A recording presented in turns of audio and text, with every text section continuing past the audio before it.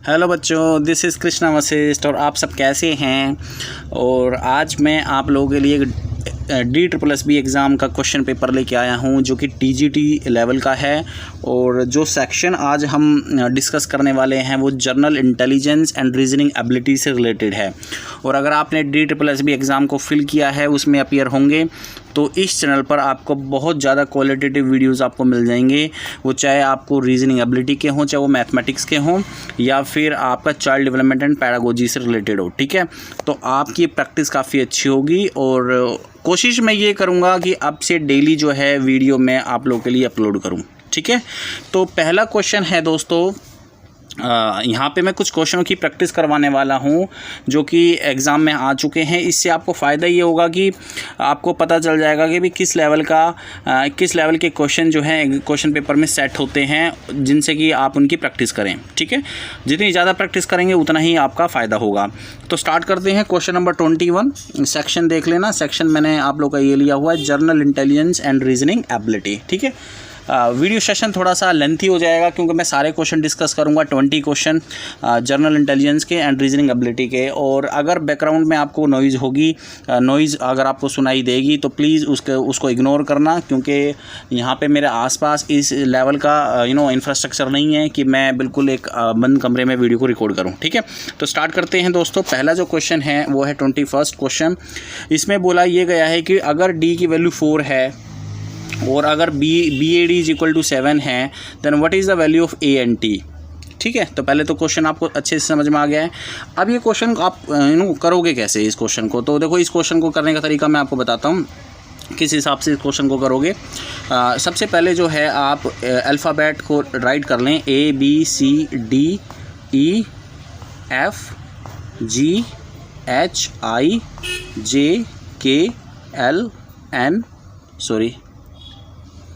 MNOPQRST।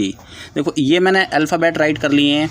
अब इसमें देखो जो D है आपका बच्चों, ये जो D है इसका नंबर 4 है। ठीक है, क्योंकि यहाँ पे बोला गया है कि अगर D 4 है, अगर D जो है वो 4 के बराबर है, और बाकी जो BAD किसके बराबर है, 7 के बराबर।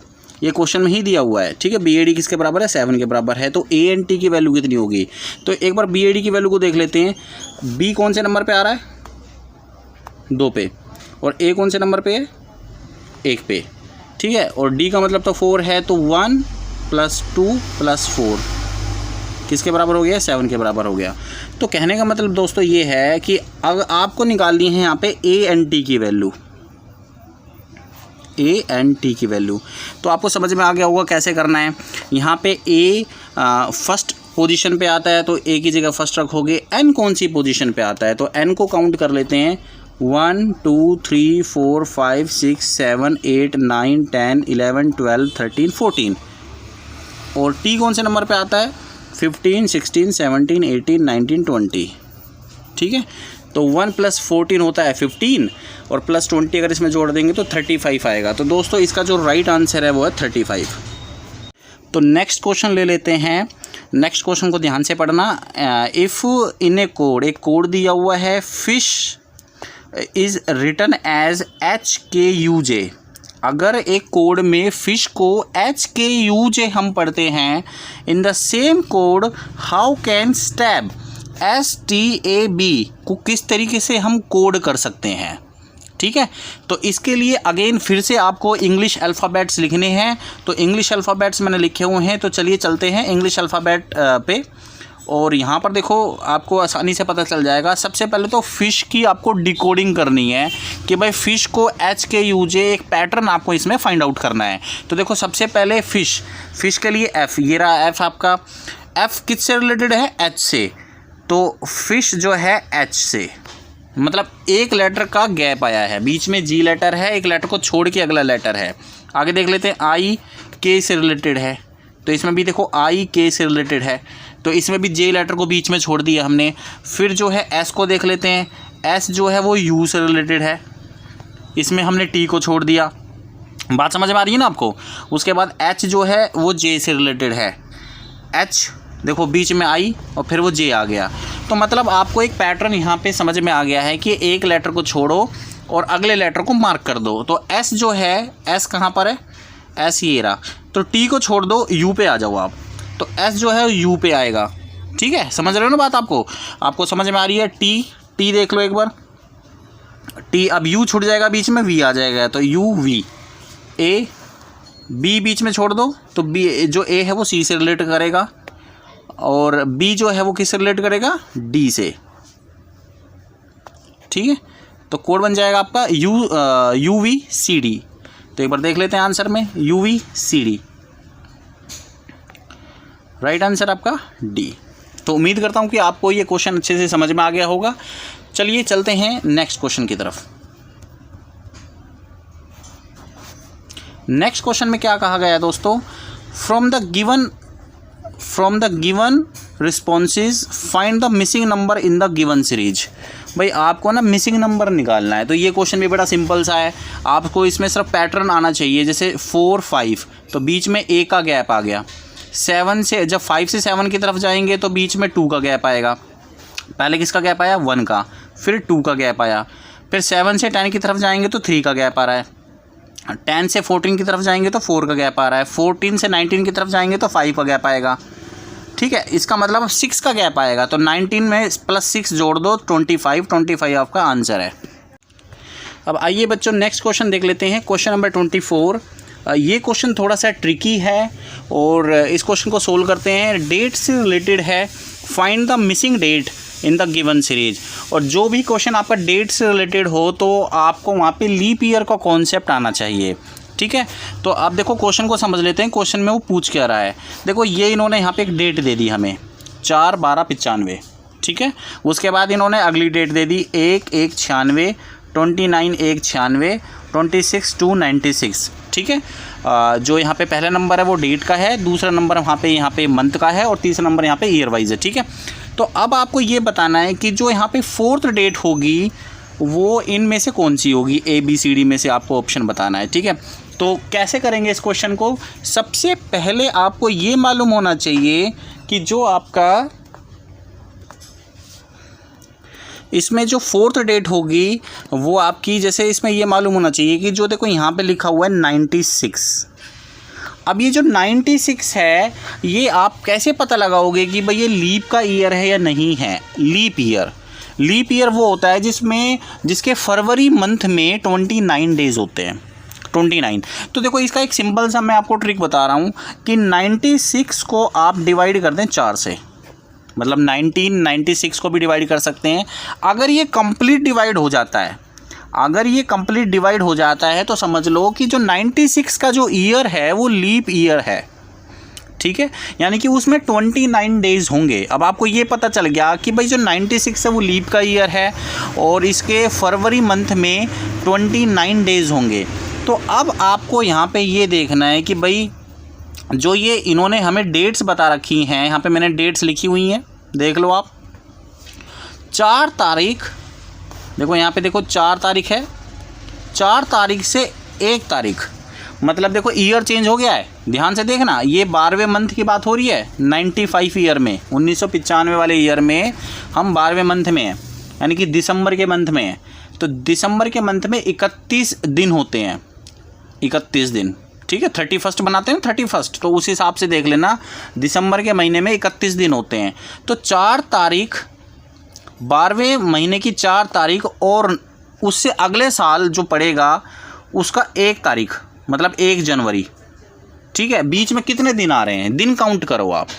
तो आप जब दिन काउंट करोगे ना तो 27 डेज़ का हिसाब बनेगा इन 2 दिन के बीच में, इन 2 डेट्स के बीच में 27 डे। आप चाहे बेशक कैलकुलेट कर लेना। 4 तारीख से 1 तारीख के बीच की बात कर रहा हूँ मैं भाई। 26 दिन तो आपके यही हो गए ना सीधे, 26 दिन तो आपके यही हो गए, सॉरी 27 दिन तो यही हो गए इसी दिसंबर महीने के। 4 तारीख से 31 तारीख के बीच की बात करोगे तो 27 दिन कैलकुलेट हो गया। उसके बाद बात करते हैं नेक्स्ट जो डेट है आपकी 1 तारीख से लेके 29 तारीख के बीच में कितनी गैपिंग है, कितने दिन का गैप है। 1 तारीख से लेके 29 तारीख के बीच में आप देख लेना 27 डेज़ का गैप बन रहा है। ठीक है। अब बात करते हैं नेक्स्ट 29 जो जनवरी की 29 जनवरी से लेके 26 फरवरी के बीच में कितनी गैपिंग है। तो इसमें भी आप कैलकुलेट करना, 27 डेज़ का गैप बन रहा है, मतलब 29 जनवरी से लेके 26 जनवरी के बीच में, क्योंकि जनवरी आपका 31 दिन का होता है, तो पूरा अगर दिन काउंट करोगे तो 27 दिन बन जाएगा।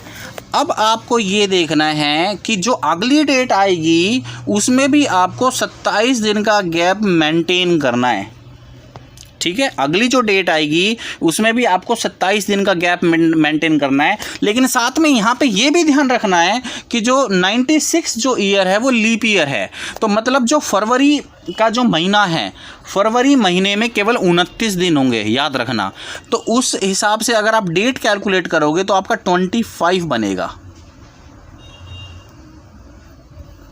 25 3rd मंथ 96 ईयर, क्योंकि 26 से अगर 25 लगाओगे आप तो आपका पूरा 27 दिन इसके अंदर बन जाएगा, क्योंकि 27, 28, 29 3 दिन तो आपका फरवरी में ही काउंट हो जाएगा और 24 दिन आपके जनवरी फरवरी मार्च में काउंट हो जाएंगे। तो 24 और 3 27, तो 27 दिन का जब आप गैप फिल करोगे तो आप 25 तारीख पर पहुंच जाओगे। लेकिन उसके लिए आपको ये मालूम होना चाहिए दोस्तों कि जो 96 ईयर है उसमें जो फरवरी मंथ आता है वो लीप का ईयर है, यानी कि 29 डेज़ आएंगे।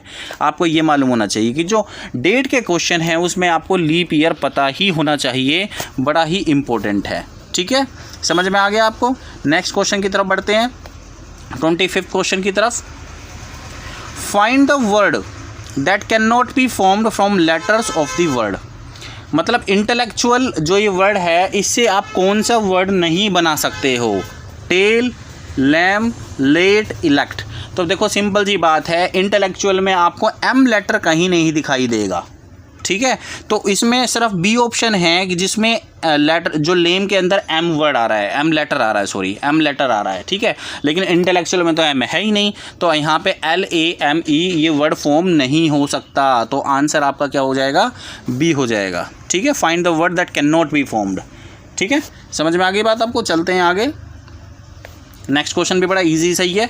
Select the related word. आपको रिलेटेड वर्ड सेलेक्ट करना है, टेल, लेट, फेस, ठीक है। तो देखो यहाँ पे जो टेल है, टेल TALE, तो उससे हमने क्या बना दिया, लेट बना दिया। तो क्या पता चला आपको कि सिर्फ जो लेटर्स हैं उनकी हेरा फेरी करी है, ठीक है। मतलब जो 3rd लेटर है L उसको फर्स्ट बना दिया, और उसके बाद जो 2nd लेटर है उसको 2nd पे ही रखा है, और जो 1st लेटर है उसको 3rd बना दिया। तो इसी तरीके से फेस को कैसे कोड करोगे। तो सिंपल सी बात है, फेस को कोड करना बहुत आसान हो जाएगा हमारे लिए। हम क्या करें, ई को पहला लेटर बना दें यहाँ पे, ठीक है। ई को हमने क्या बना दिया, यहाँ पे जो है 3rd लेटर को बनाना है ना,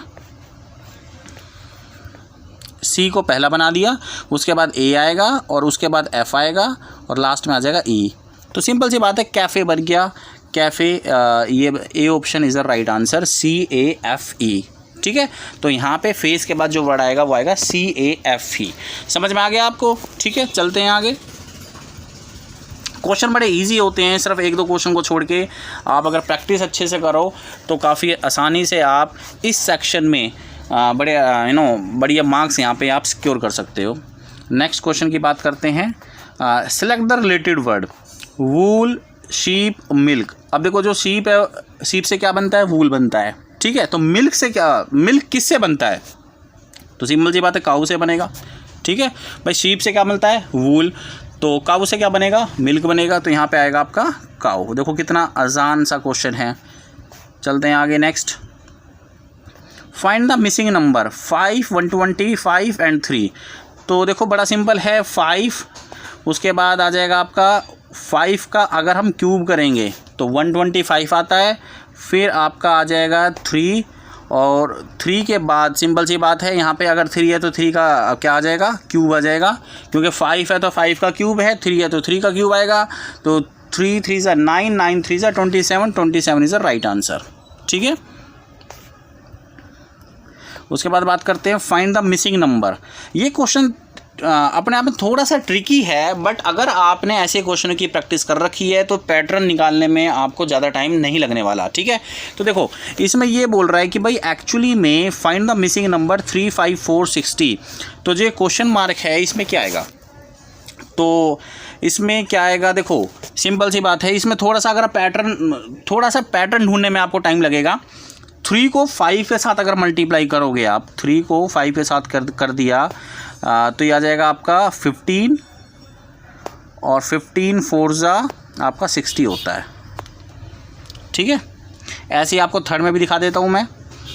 5 को 7 के साथ करोगे तो 35, और 35 × 4 ये आ जाएगा आपका 140। ठीक है, हाँ जी 140 आ रहा है। अब तो यहाँ पे क्या आएगा, तो यहाँ पे देखो अगर मैं 6 फिल करता हूँ यहाँ पे, 6 × 4 24, और 24 को फर्दर 4 से मल्टीप्लाई करूँगा, तो इसमें अगर आप फिल करोगे तो यहाँ पे 24 को अगर 4 से मल्टीप्लाई करोगे तो ये आ जाएगा आपका 96।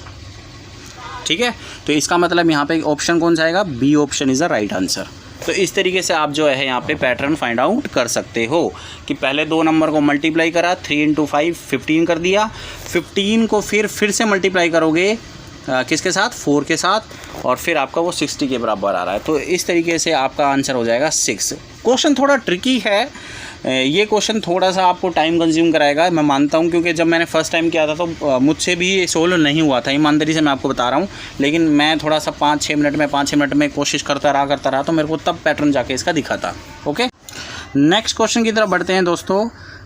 Which one of the given responses would be A meaningful order of the following words. तो आपको यहाँ पे मीनिंगफुल मतलब एक सीक्वेंस यहाँ पे आपको कंप्लीट करना है। ठीक है, तो देखो सबसे पहले यहाँ पे दिया हुआ है plant, food, seed and flower. तो सबसे पहले क्या आएगा यहाँ पे, देखो सबसे पहले सीड आता है, बीज सबसे पहले होता है ना, तो थर्ड नंबर सबसे पहले आएगा। तो अब यहाँ पे 2 ऑप्शन तो हट गए आपके बिल्कुल, क्योंकि यहाँ पे फर्स्ट ऑप्शन में एक में 1 दिया हुआ है, एक में 4 दिया हुआ है, 3 से स्टार्ट होना चाहिए। अच्छा, सीड के बाद अब क्या आता है, सीड के बाद अब क्या आता है ये देखना है आपको। तो सीड के बाद फ्लावर आता है, सीड के बाद क्या आता है, फ्लावर। तो थर्ड के बाद क्या आएगा, यहाँ पे 4 आएगा, तो पैटर्न आपको मिल गया। उसके बाद फिर आएगा 2, और लास्ट में आता है प्लांट। ठीक है, तो सही जो सीक्वेंस होगा इसका वो होगा 3rd 4th 2 1। भाई सबसे पहले सीड आएगा, उसके बाद इसमें फ्लावर आएगा, फ्लावर में फूड लगेगा, और फूड के बाद कंप्लीट एक प्लांट बन जाता है। ठीक है, ये समझ में आया आपको। चलते हैं नेक्स्ट। अब इसमें ये सीक्वेंस बनाना है honey, flower, bee and wax. ठीक है, देखो वैक्स जो है वो लास्ट का प्रोडक्ट होता है, वैक्स जो है वो लास्ट का प्रोडक्ट होता है। सबसे पहले क्या होता है, सबसे पहले होता है आपका, अगर आप देखोगे तो सबसे पहले बी होगा, नहीं बी नहीं होगा, सबसे पहले फ्लावर होगा। ठीक है, सेकंड, तो सेकंड यानी कि ए ऑप्शन नहीं हो सकता इसमें सबसे, और डी ऑप्शन नहीं हो सकता, सबसे पहले फ्लावर होगा। तो बी और सी में से कोई एक है। फ्लावर के बाद क्या होगा, फ्लावर तो लग गया, अब उसमें सबसे पहले कोई मधुमक्खी आके बैठती है, फ्लावर के बाद कोई मधुमक्खी आएगी ना, तो जो कि शहद बनाती है, शहद फॉर्मेशन होता है उनका। तो सेकंड के बाद थर्ड आएगा, सेकंड के बाद थर्ड, और फिर आएगा, फिर होता है आपका हनी, और जो बचता है वो जो छत्ता उसको हम हिंदी में कहते हैं, वो वैक्स फॉर्म करता है, तो दैट इज़ वैक्स। वैक्स तो लास्ट का प्रोडक्ट हो गया। तो सेकंड, थर्ड, 1, 4, इसका जो राइट आंसर है वो सी है दोस्तों। नेक्स्ट क्वेश्चन देख लेते हैं दोस्तों। के is the sister of F. ये जो क्वेश्चन है ये ब्लड रिलेशनशिप का क्वेश्चन है। अगर के जो है वो सिस्टर है एफ की, जी इज़ द ब्रदर ऑफ सी, जो जी है वो सी का ब्रदर है, C is the daughter of ए। तो इसका मतलब ये हुआ कि जो पेरेंट है वो ए है, और सी और जी जो है उसके बच्चे हैं। सी और जी आपस में भाई बहन है। अगर आप क्वेश्चन को ध्यान से देखोगे ना तो सी और जी भाई बहन है, सी और जी जो है वो बच्चे हैं किसके, ए, और एफ जो है वो ब्रदर है ए का। तो आपको बताना है कि जी जो है वो एफ़ का क्या लगा। तो सीधी सी बात है बच्चों, जो एफ़ है वो अंकल है जी का। क्योंकि ए और एफ आपस में भाई हैं। थोड़ा ध्यान से समझे इस क्वेश्चन को, क्योंकि जो ए और एफ हैं वो आपस में भाई हैं और सी और जी ए के बच्चे हैं। जैसे मान लो आपके पापा हो गए, आपकी एक बहन है, आप खुद हो, और पापा का जो भाई हुआ, पापा का या जो पापा का जो भाई हुआ वो आपका क्या लगा, वो आपका लगा अंकल। ठीक है दोस्तों, तो इसका मतलब ये है कि जो एफ है वो अंकल है जी का। बात समझ में आ गई। आंसर क्या है इसका? आंसर है, मैं आपको आंसर दिखा देता हूँ, आंसर है इसका डी। डी।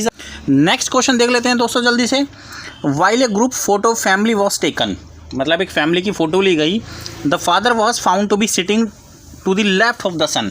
जैसे मान लेते हैं कि ये सन है, ठीक है, तो अगर मैं इधर की साइड बनाऊंगा तो ये लेफ़्ट होगा, और अगर मैं इधर की साइड बनाऊंगा तो ये राइट होगा। ध्यान रखना, ठीक है। अगर मैं लेफ़्ट में एरो करता हूँ तो वो लेफ़्ट है। तो जैसे कि यहाँ पे अगर सन है तो फादर कहाँ बैठा हुआ है? लेफ़्ट में। And right to the grand father, तो यहाँ पे जी है, ठीक है, क्योंकि जी के राइट में एफ और एस हैं और एस के लेफ़्ट में एफ और जी हैं, याद रखना। Mother was sitting to the right of her daughter, तो यहाँ पे मैं मदर एम बना देता हूँ और डॉटर को मैं डी बोल देता हूँ। तो जो मदर है वो डॉटर के राइट साइड में है, तो इट मीन्स पहले डी आएगा उसके बाद एम आएगा। And but left to the grand father, लेकिन ग्रैंड फादर से लेफ़्ट में है मदर। तो सीधी सी बात है, जो मैंने यहाँ पे सीक्वेंस बनाया है उसमें जो मदर है वो जी के लेफ़्ट में है, ठीक है।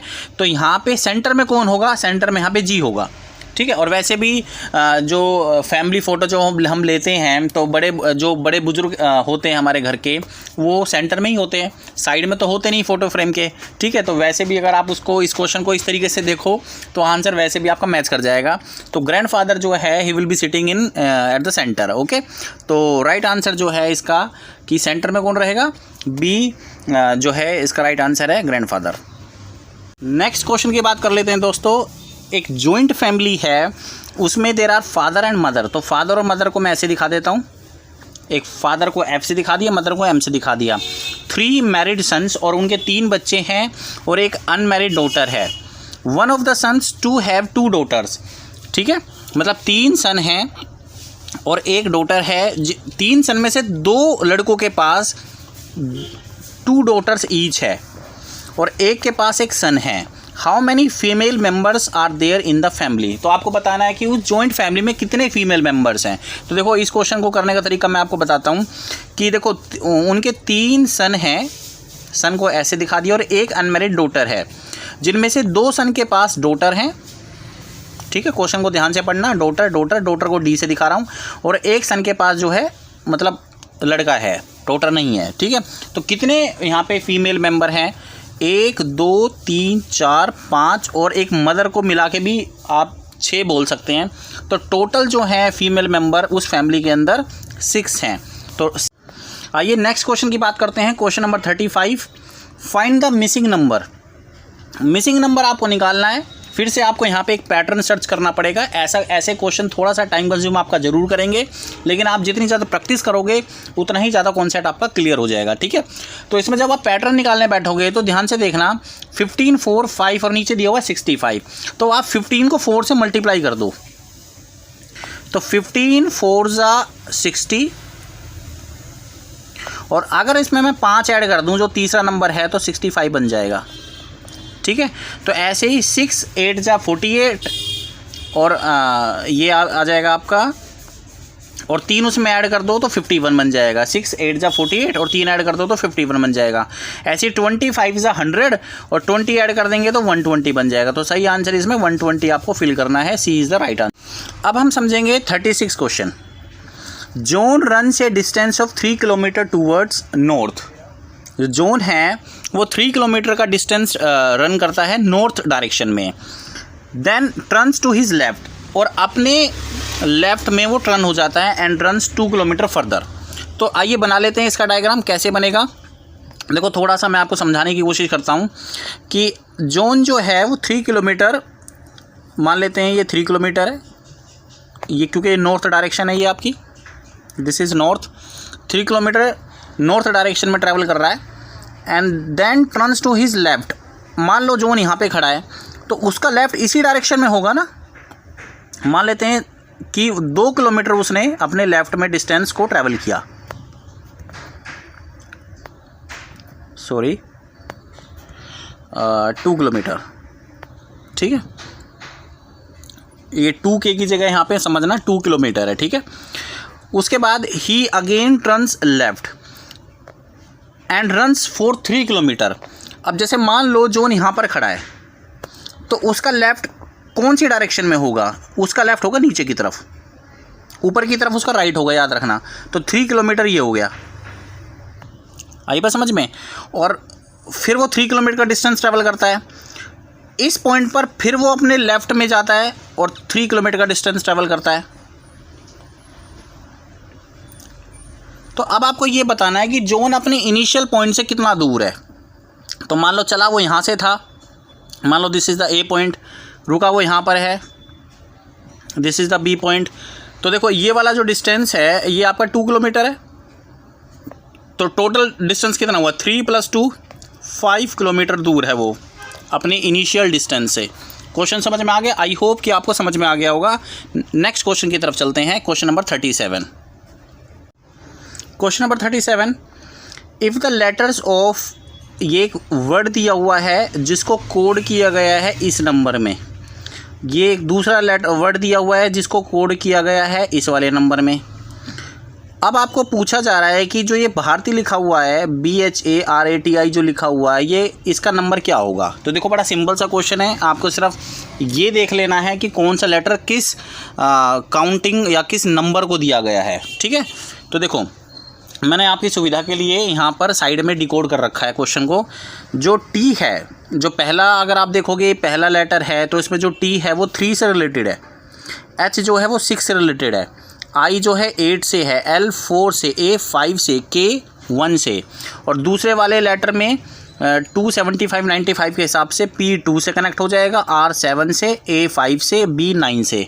तो उस हिसाब से आपका ये BHARATI कैसे कनेक्ट होगा? तो देखो बी दिया हुआ है सबसे पहले, तो बी का नंबर क्या है?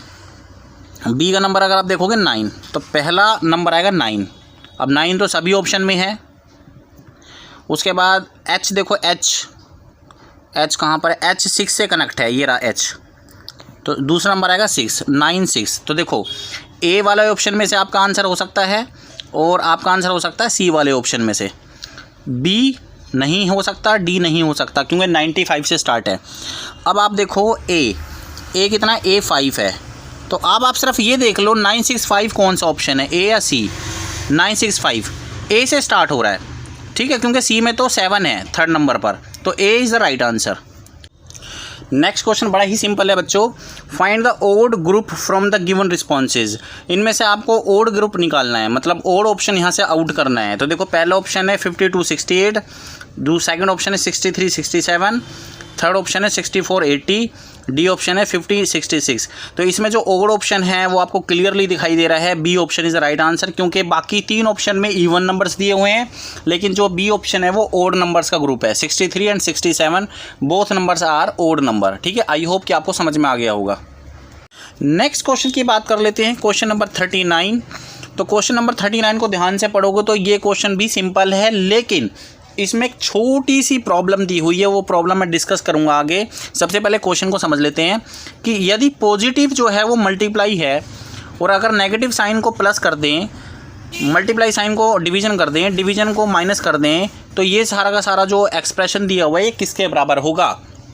तो आइए, साइड में मैंने टाइम सेव करने के लिए आपको पहले से ही लिख दिया है, 18 × 6 + 2 / 3 - 5। ये इस तरीके से जब आप सिंबल को कन्वर्ट करके डालोगे ना, तो इस तरीके से आपका ये बन जाएगा, ठीक है। मैं थोड़ा सा मार्कर चेंज कर लेता हूँ, ये वाला आपका बन जाएगा, ठीक है। अब इसमें जो ये 18 है ना बच्चों, ये थोड़ा सा मुझे लगता है कि क्वेश्चन पेपर में थोड़ा सा यहाँ पर इन्होंने मिस किया है, ब्रैकेट को डालना था, क्योंकि आप कैसे भी कर लो 18 को यहाँ पे जब आप आउट करोगे, सबसे बाहर कर दोगे, तभी आपका आंसर आ पाएगा, अदरवाइज़ आपका आंसर नहीं आएगा, ठीक है। मैंने काफ़ी कोशिश करके देखी है, तो मैंने 18 को यहाँ पे बाहर अज्यूम किया है कि भाई 18 जो है सबसे बाहर है, क्योंकि क्वेश्चन आंसर जो है वो राइट आ ही नहीं रहा था, जो ऑप्शन इन्होंने हमें दिए हुए हैं। तो देखो करोगे तो इस तरीके से आ जाएगा 6 + 2/3 - 5, और इसका एलसीएम लोगे, एलसीएम 3 आ रहा है, ये हो जाएगा 18 + 2 -15, ये स्टेप क्लियर हो गया। उसके बाद 18 + 2 आपका 20 होता है, 20 में से 15 गए 5 बचेगा, 3 से 18 को काट दोगे तो 6 आ जाएगा, 6 × 5 करोगे तो 30 आपका राइट आंसर आ रहा है, जो कि इसमें ऑप्शन अगर हम देखें तो सी इज़ द राइट आंसर आपका हो जाएगा। ठीक है, ये तभी होगा जब आप 18 को बाहर रखोगे, अदरवाइज अगर आप 18 को मल्टीप्लाई करोगे अंदर तो ये नहीं होने वाला कि भाई 18 × 6 करके आप निकालो, ये नहीं होगा। ठीक है, तो राइट आंसर इसका जो है 30 है। ठीक है, अदरवाइज उनको ब्रैकेट यूज़ करना था। ओके, आई होप कि आपको क्लियर हो गया होगा। तो बच्चों बढ़ते हैं क्वेश्चन नंबर 40, और ये आज का लास्ट का क्वेश्चन है इस सेक्शन का। ठीक है, तो ये हमारा सेक्शन कंप्लीट हो जाएगा। आई होप कि आपको सारे क्वेश्चन अच्छे से समझ में आ गए हैं। S is taller than Q, S जो है वो क्यू से बड़ा है लेकिन पी से छोटा है। R is shorter than T but taller than P. अगर वो सारे के सारे बढ़ते हुए क्रम में खड़े हो जाएं अपने हाइट के अकॉर्डिंग, तो बीच में मिडिल में कौन आएगा? तो देखो, अगर इसको थोड़ा सा डिकोड करें, जो एस है वो क्यू से बड़ा है, तो देखो मैंने एस बना दिया, क्यू को छोटा बना दिया। ठीक है, शॉर्टर देन पी, लेकिन पी सबसे बड़ा है, उसके बाद एस आएगा, उसके बाद क्यू आएगा। अगर इस ट्रिक से करोगे तो बहुत आसानी से क्वेश्चन कर लोगे। R is shorter than T, जो आर है वो टी से छोटा है बट पी से बड़ा है।